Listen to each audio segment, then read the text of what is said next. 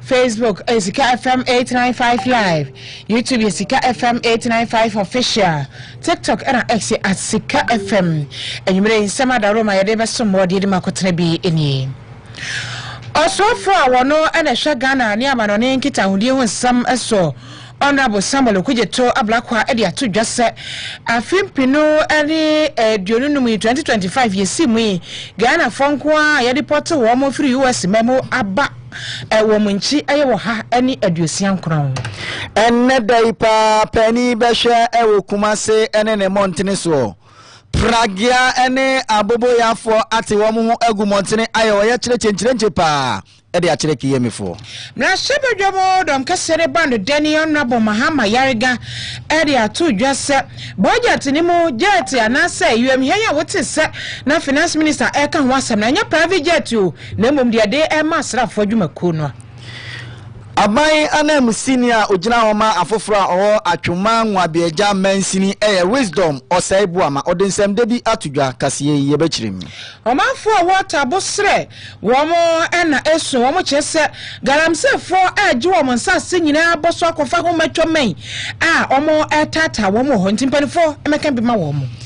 Concerned Drivers Association of Ghana yetwaniti awakan SIDAG ede atudwa se lorry ashenti ade no omaye krado se omo betum ohamu nchemu edunum kasiye ye ne ombe twenkomo ne ahwedi ntia anyimra nsem ka wori mo ne yesi nkonwa ba kenkan ni nyina somo asonfa wote yenkan ye me mrantie ne yaba ma me efomowa kafena mene nana yeboa bemaba track 1 yegina so ba ne yaba be wura esomnem Sikka FM track 1 yen ye kro 89.5 e Sikka FM Sikka FM 89.5 yes suma santimai Sikka FM 89.5 yes suma santimai ne Ghana man ye wiase nyina ka ho afei ye wura esomnem ankasa And I know my for some for Dr. Kase3 6Pm shebedwam na wako kenkan wo manyi yakoma bosika fempinu ane aduonunsia wo man no adababo ye hobra no yete se wakasa aban no aya hoboa ya yakwakoto eyomhye makomakonan na yede ama asrafo adwumaku no na saa wiemhye ho asam ana budget ne ho nkomudie mu kane sofo no hebambo ho nsam eso Honorable Dominic Nitiyu okasa adiafa ho no ana Honorable Nitiyu ze aba we pa so de chese mampani de na nado dankwa kufado ete konwa so okase ye fa ko 900 na eno aya presidential jet ne anye papa no bra na safo e opposition wo mo kansama ene mo ba ba mu de mo se esese ekoto presidential jet foforo afere mo jetum se fa ko 900 na enye ena bra na nado wo abamu ani pese ekoto foforo no mo ka ne ho sama na nado pese odware wo wiem adegu ye tiri so ena fa hin ekosi ye ne de mo ba ya mo hu se esese ekoto jet foforo ede ema aban na se ekoto jet foforo de be presidential jet na sa sami ena mra hebedwom dom kasere ba no Dani Honorable Mahama Yariga ejese mini ni tu na budget wutie ni sei sa na Kase3 6Pm kan ye wakase ekoto presidential jet foforo dabi wankase ekoto presidential jet foforo ne mom akade wudo a asra adwuma kworo titu no omo anam wiem no won benya adiaboa obobambo abo mani nyina ho ban ebi te se wiem hyen ani niam wudo eka ho na wote se na Dr. Kase3 6Pm eka ho asem enti sa wiem hyen no a waka wo budget nim se ekwakoto nya presidential jet o ne mom de kwakọ masra afọ adwuma kono na omode ayo omodwuma no na ate ho asem enti okache ni nua ni tu wu se enye presidential jet ne ekwakoto ne mom ye de ma asrafo adwumaku no Honorable Mahama Yariga. There is a budget policy before us that says retooling of the Air Force. There is nothing in it about a presidential jet. There's nothing in it about a presidential jet. I recall that not long ago, just about a year ago, that you were in this house to brief us on the need for this house to approve the purchase of a presidential jet because the existing ones were not fit for purpose. That is why the president was hiring aircraft and bathing in the air.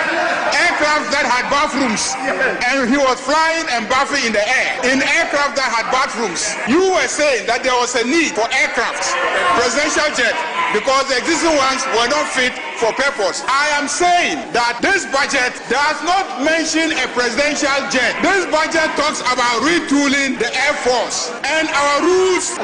Rule 25, Rule 125. Let me read, Mr. Speaker. Mr. Speaker, let me read. Rule 125 says, a member shall not anticipate any matter by the consideration of a motion dealing with the subject matter which is likely to be introduced in the meeting. And I'm saying that once we approve this budget, the details of what constitutes retooling of the Air Force, the details will come to us. That motion will come. And when that motion comes, and it is a presidential jet, we'll debate it. But as of now, there's nothing in the budget about a presidential jet. And so you cannot premise your debate on anticipation that this government might be considering the purchase of a presidential jet.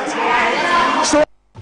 Eti ye mra shebedwam dom kase ne ba no dani honorable Mahama Ayariga. Yantwe kase ebono na yemfa yeni nchiremu Kumase Asante Mantam heya. Concern Operators Association mrantia waka ho aboma omo na Kumase Asante Mantam ha omo etwi pragiane aboboya enedai ende womo pragiane womo aboboya ni nyina asisi ho R2SC Montene so akire se oye kire tenchirente pa ena omo ye ya omo de kire KM fo se woyam ya na se wan kasa ye hunu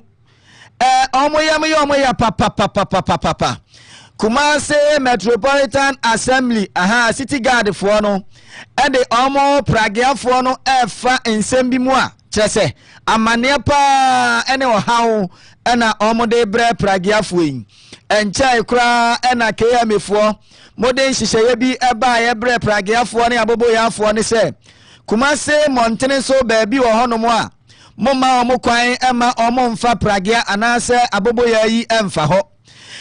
omo chairman kiremu a omo di san hihye ni nyina so pepepe nanso nanseye idie ensem ne niema KM City Guard fo no edidi pragiafo na fe dia ye eno enti na omote omogu Montene so a kire se demonstration ni din de ayeye brofo kase mo si enough is enough eniema na KM City Guard fo no ede ye pragiafo no afere ye pragiafo no kire ma donde afono te gare omo omo ya papa enti KM fo no ansema omo betia ne se pragiafo no ebeja adwuma no omdo omo nyina manyina agu ho na omaba KM abete ntesi kokko akire wo mo titrani eye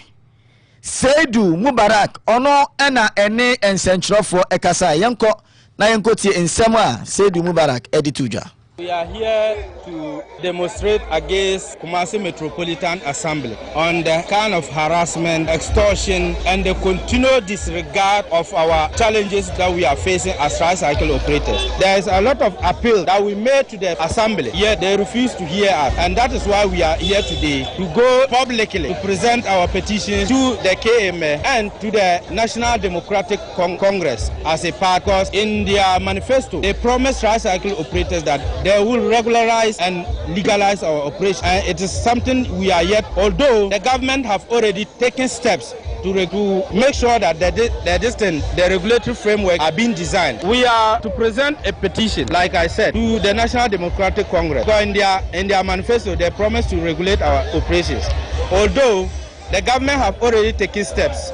by sending our National Secretary to Rwanda and the Ministry of Transport to study the regulatory framework for tricycle and Okada. They are back since March and this year. Till today, we don't know where we are. So we want to call on government to fast-track the legalization. As we are regulating under this vehicle, it gives opportunities for some authorities to disregard us, to extort from us, and then to harass our boys on the road. The authorities I'm talking about, simple as KMA. KMA, for example, have restricted us from going to the Central Business District. This is 2 years now. I believe that Channel 1, that time it was City TV, came and took coverage of whatever conspired here. They said they are doing transport rail organization,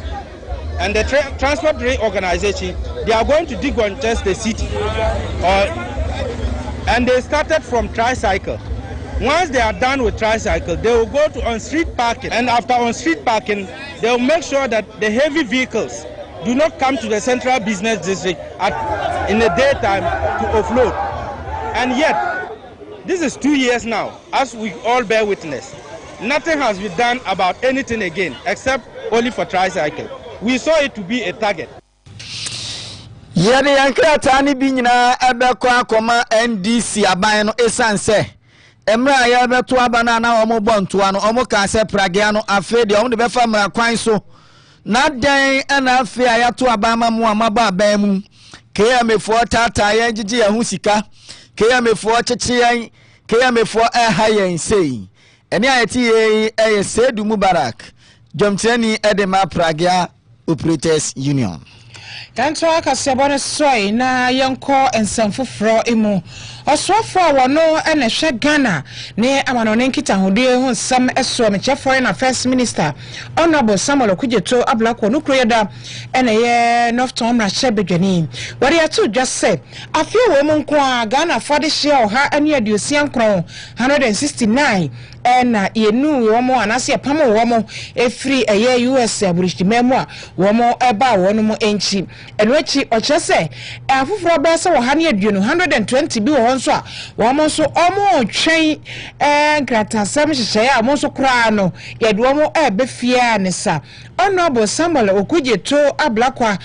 mrahe badwamu na wode nsem nyina ekoto dwa ya wo kyerɛkyerɛ mu senti a yenuanom yi yede biaba na yede afufuro nso eba honorable Samuel Okujeto ablakwa. So far, Mr. Speaker, 388 Ghanaians have been in detention since January this year on immigration-related charges. Of this number, 120 are awaiting final decisions by the Board of Immigration Appeals. 49 have exhausted all legal processes and await final deportation arrangement. As of today, per the ministry's records, 169 Ghanaians have been deported to Ghana since January 2025. Of this number, 90 arrived in Ghana unaccompanied on commercial flights and 66 on chartered controlled flights supervised by ICE agents. We have made clear that deportees have rights and that they should be deported within the confines of international law. They should not be abused. Their rights should be respected. So far, our engagement with these deportees, there has not been any evidence of violation of their rights when we have engaged them. The government of Ghana has not requested any monetary support, logistical support, any material support for this intervention. The understanding is purely on humanitarian grounds. We are Pan-Africanists. These are fellow West Africans who are in distress, being detained, being treated shabbily, without dignity, and we cannot look on as Kwame Nkrumah's Ghana. Honorable Samuel Okujeto ablakwa chese enuanom na edi kan abano bi wo hono ma edom si yomhiem obi ani ni omachi na yomhiem be si obi asisi no mso si bi so hono ma edom ba ya na ani di wo machi paye monitor wo mo a chartered flight na wo mo de ebaye na o chese kwan wo mo fa so mo ko ye ne nkratasem ye nyese bia wo mo di bone huhu bia entu wo ne aban no US aban no eko enti ase apam se wo mo se wo ma fom kwan na mo do mo ban sesa mo tete obi afa hodie so ampa wo ma abedu no mo no mo di nkomo no obi a se obi antete obi afa hodie so ye do ma ba abedu 120 bi so di so a wo mo so ye do mo ebebo Yantoa kasebone so na yamfa ya ninchiremu ewo atwuma nwabiaja south aha abai krati panyina ogina homa afoforo wo atwuma nwabiaja south onumonyamfo wisdom osaibuama odi atudwa asin kete se asema okaye nasema okaye se obehwe se ne mpasua ne so akwan obeye ama ka akoni abedie ayesoronko ewo atwuma nwabiaja south no odasoa eginam ogusua ebone homoden eden hyehyeye ne mapa egu akwan mu se ne ebeya owuramu ewo atwuma nwabiaja south a ehobeye se Dubai na chese ekwan ahodo de eye mansini no aye krado se omo beye amatemamufo eho atowo mu se wo kwan na enye na se wo se omudwi so ma wa ene drip machine yi o de baba besi so no omodwi ba bia se se omugu ko tare matemamufo ho to omo ba bia se se oyiyi gates matemamufo ho to omo nyina oguso a oye o de sansem yi atudwa wa bra na oye ebua kwatu ken na kwan no aha na mfidie guso a na ogyi so no wo kire mu se ono as abaya na musini ewo atwuma nwabiaja south de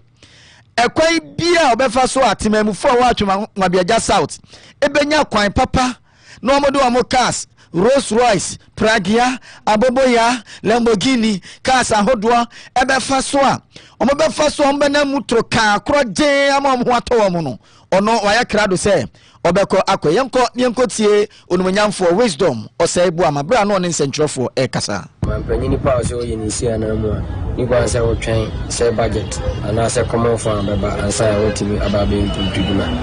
enyimti na yo bibi a friend internal generated fund na wo zubetimi o manfo bebo na so ayo mo hia de e de amo ani se ya beto abanu mu na yake na kwan contractors wo so ana mu ye aduma freezer atam na to abawi no mu ja kwan na to wono mti ama kwan na sei me manfo kwan so nyina da bia o twa adwajo ititiro ni su to brin nti ene ya disi yani so se ye bekọ kwan no so na ya pa ko ye shipping ede ama ye manfo mo se na be ya amoka o gidi bi na bi no e benya akomide na o matima to mo dada akwantu so ifi ono na ye baba bi ti se eye abu akwa kubase imfinfu no ense nche bia na mene mo ko ye hoji na Kase Kase se Kase Kase nam kwan no so ntino asen ayete se face na etem enti ene mene assembly no asen aka bu mu se be se yin sisi foforo san sisi no ye no foforo ye nyente se kanade na ye no ti so re ye kira 040 eni bu ye kino ana tosment bibra ye de se aba befra na se we filo da yesu e be mix na eminu dwa ye de akwa kugu kwan so na machine nipa yetene kai abaya na musini a owo atwuma nwabiaja o kiremu a ontwen emma common fund emma ansa na woyi akwan ama atwuma nwabiaja owiye ena temamufo a ote ebua kwa Kenan enam sa kwanya so ekire won aniso edema aban ana musini ene mansini ni nyina hapo from futuro ese no smart mentimi kura ufiri ankwala ufiri jesa na homo se papa ensuo tonso a mena twitwa ha de enya afro a jesa kwa yitie emi hu ni amenka na nebie ya denne ene yewura anya mede na to ha kwanya jesa adaya so kasie ana meme bo ho mpai ene abamu no de yehu ni ayenka ene ya te denne a trese ene yehu se nyame ni awaka no abamu ayewura wo ye kwa ya mai na do so utro boye sa na me nya kata utro boye kwa na nyame nshira no jamaka nyame to no nkom chani ade ni me ko esi utro bom Simidanya mercy say papa ya be kwa mai because be all the time they be high at the be so so so na be kwa mai dia because na me nshira no onto no kwandem onye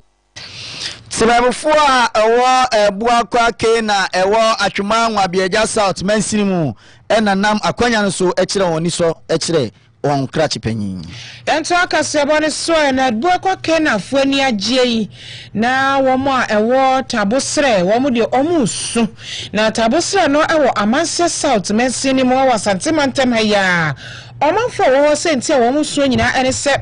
galamsefo abehye ho no ma kire se wo mu dwo mo nsase no mo fudie nyina etugo enso wo nyina wo mu se no manfo water bosre se wo mu nia no wo bi wunnim na akoto se galamse ni bi efuntam wasase na akoka dia ne wawu se nyame amwo wo asika mo de ba taa so no etu mo de ba taa so no enya sam keto kura omo kire se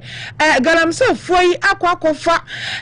nkofo a eba asase ne ho ban ono na wodwu obi afu ase atugu no wono akwakofa obi bamboni a wo asase ne ho ban ama kire se wo a wo yefo wura wo ko hodia na ye tata onti ama kire se wo mo ho kire wo mo pa wo mo mfudie no mo nso nyina da galamse fo no ese no na tabusrefo assembly member Honorable Fosu Sylvester wono yene ne bon komo se ane ewo hawa ne manfo fam wo hwa no yetumi kwota wo mo so no obi akote ahwe na je ni nanim nyina wa ni adenti wo mo sre Asante mantem hampani for Sante Regional Minister kan ho yenyina nim se Interior Minister Sante mantem ha no wo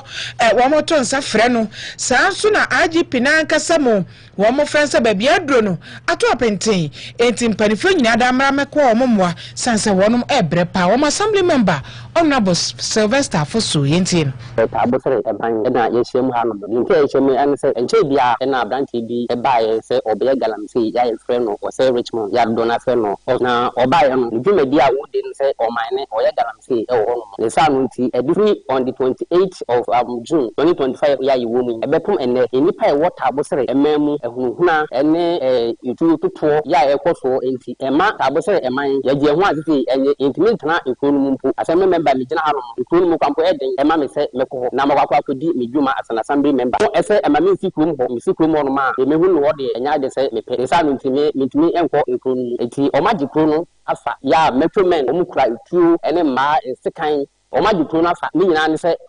omumpese ekuru panyin bi kwa betena ekuru mo no timi committee for de se omutimi ntena ekuru mo no committee chairman one ne vai oma bo mo a enye botoro ya committee chairman for de se wontimi nkokuru ni eva chairman omubo no botoro amasisi asem no kwa wo manson dubia police commander ho no tisi ni kama fo bia ni obi a wo ka bia man tie de fa mo nsem trofo yi so na mama aban aso ate teta abose man ehunhuna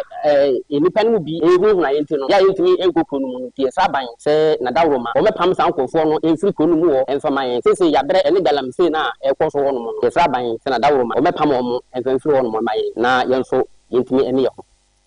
we ayata wosra assembly member Honorable Sylvester Fosu eno achi akuafo bia yafunta momafo ase ya tata wonum ebi so kasae ono se ye wo no mo ba se o mi so machi eni ya na ma eva isu adam mo mi so mo ko na mo twiri wo fomba no ana nsuo to na me so pie dwane mo ba no ma meto me mabu me kono me dan pono dan mi no mabu kono ne nyina akọ aifa to mo pie no mo tam mo jangal mo rewa 7 akofa kamini na mo tuna dia o nti se bono wi na we se committee for so bi ba ho so ba ya jima ya gini sika ye no tuna se na ya sika dia bo akwa ne anam so mpe so be si ya suo wonum no mo free mo bu pa no of ma so ma nam se no betena se kan amana ho asem ne no ba pam e bi ho a obepie hani vo nyina lim se pepa bi enkura no na wode ye dwuma no ho si ase o ma ba me fie mpe to no ma meto me ke ne ka bi o bi ma bo le kura we me dia ye no bi kura me ni no me nya gal hanen su kuku ye de so ye nim bi enti a o tata ya ban ye sra ban ne se o mere no me pam o mo firi ho ma ye na ya so tabosra foro no eno mosra ban sa ban mira no pam galamse foro no sanse wo ma bre wo mo Yeto Kase ba ne so ne ade ani akire mu Concerned Drivers Association of Ghana ne krabata ewo Asante Mantem ha ede atudwa se bronya bosumi ayebesimi ni da edikan efri ho kopepe pelori ahyentiade no omo eba betum oha enjichemu a eye edunum na chese brofo kasa mu 15% ene o ya ba bia ofra ka okwa ne age 10 cedis no ene ya di mu 15% eba be ka ho omo chiremu a enye omo de na enye omo pe so omo betum omo twere nkrata ahodo ede akoma Ghana ban ene omo kubatan ya friend GPRT mpanyimfo se ensem bia omo pa esanse spare parts ahodo Kase hon koniaba oyire diesel DVR for charges chese eto ahodo kebrebe ena driver for etua aposi for de akura nya meka ho na nkampese KM for de enso abeka ho okeka ni nyina abom na chese driver for no omu ewu enti we nyina chi ena omu chiremu a eho behia se bronya bosumi ayebesimi ni da edikan no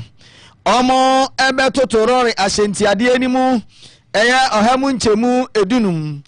enti timamufo no monya krado se bosomi ayebesimi ye no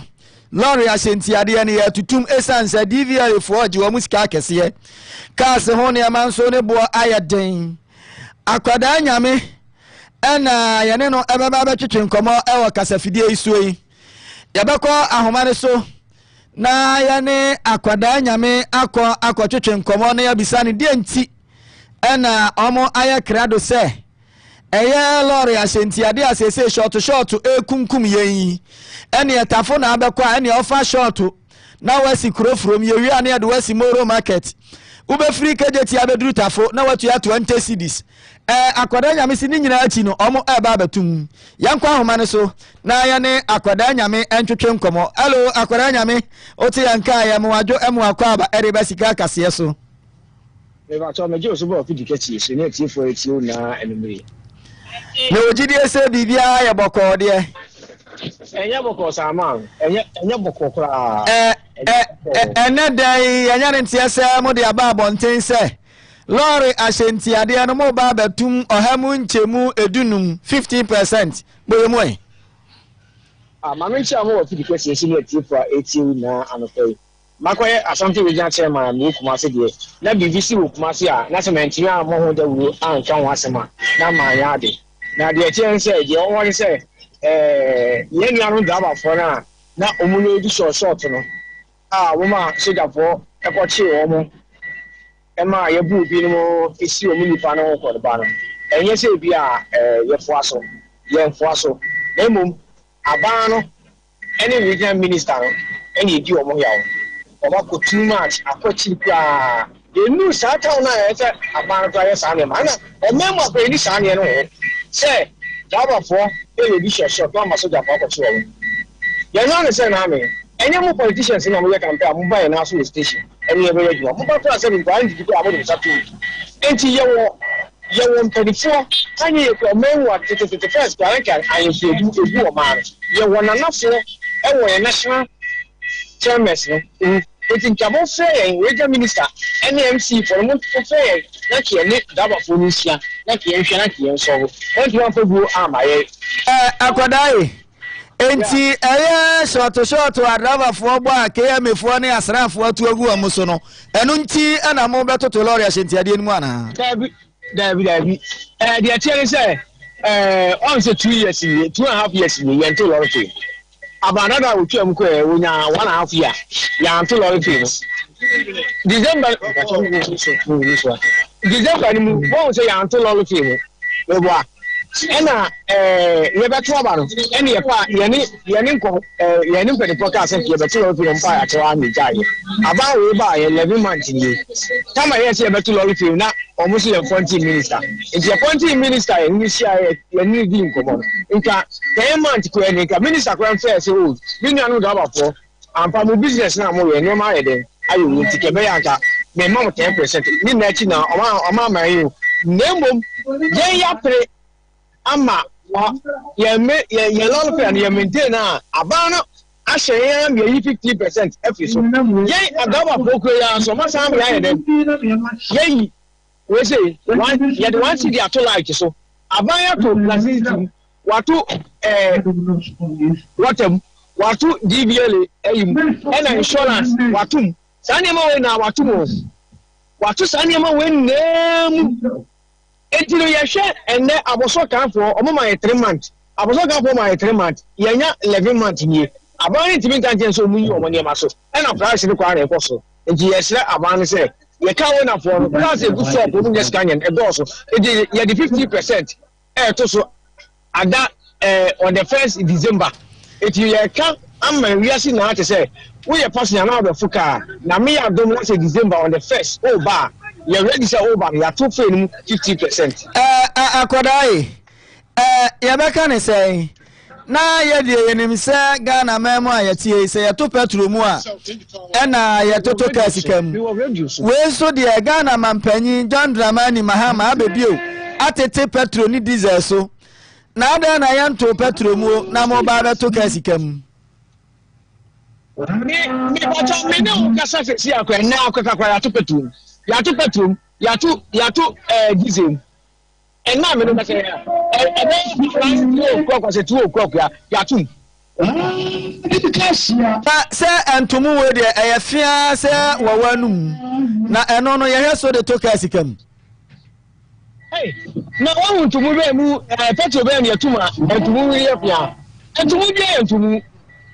busa say oko center wa na ka me hu oko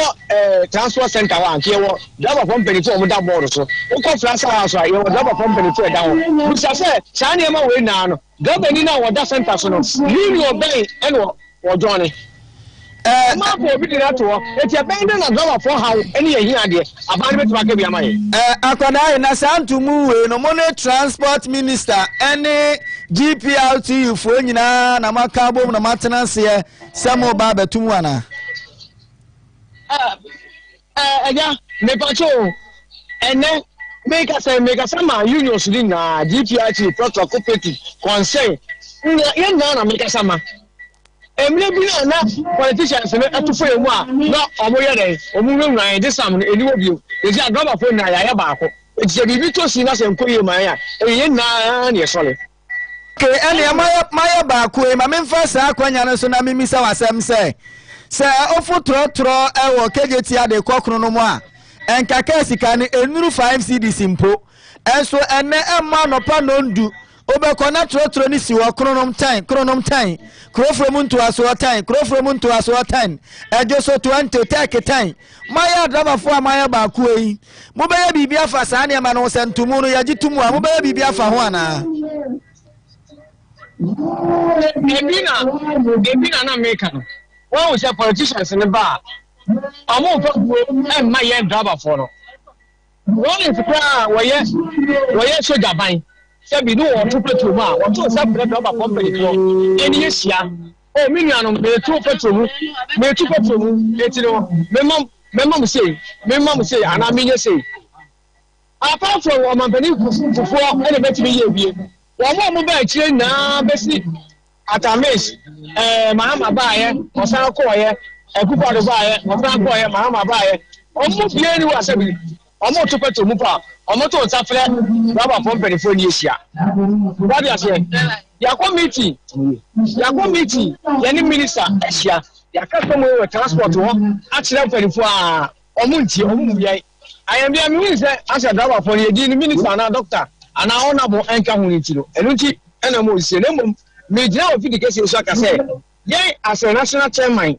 and a regional chairman ya be ya ye chia unions na no de enya de a ban betima te chen se bu ye chida akoda amasem no wa nyima no o me se sa short ne 10